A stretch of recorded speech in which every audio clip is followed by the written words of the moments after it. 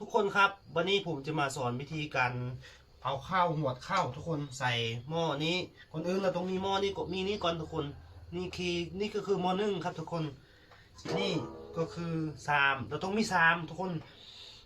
ต้องเอาคลิปนี้ไปบอกลูกบอกหลานทุกคนอาจจะไม่รู้วิธีการหวดข้าวต้องจำไว้นะทุกคนเอาคลิปนี้เป็นประโยชน์มากๆถ้า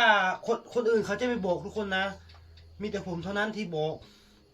มันถ้าผู้อื่นเขาจะเก็บเอาไว้คนเดียว ผม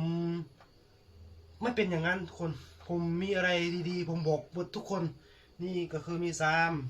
นี่มีก็คือมะนึ่งทุกคนมีข้าวของเราทุกคนวิธีหัวใส่ทุกคนบางคนทุกคนเทใส่ไม่ได้ทุกคนเราต้องกาวก่อนเอาน้ำออกก่อนทุกคนเห็นไหมจำคลิปนี้ไว้ไปใช้ชีวิตประจำวันบอกลูกบอกหลานทุกคนวิธีการอบข้าวใส่นี้แล้วกาน้ำทิ้งแล้วก็เอาน้ำใส่อีกให้ดีทุกคนแบบนี้ทุกคนหลังจากนั้นเราก็ต้องเอาใส่เลยทุกคนกาวใส่เลยจำนะทุกคนเซฟคลิปนี้ไว้เอาไปเป็นประโยชน์บอกลูกบอกหลานบอกคนที่หักแพง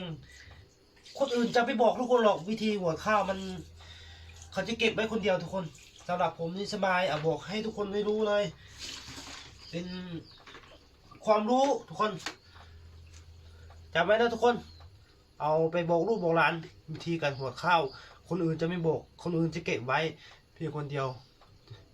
ถ้าทุกคนเห็นคลิปนี้เอาไปให้คนอื่นดู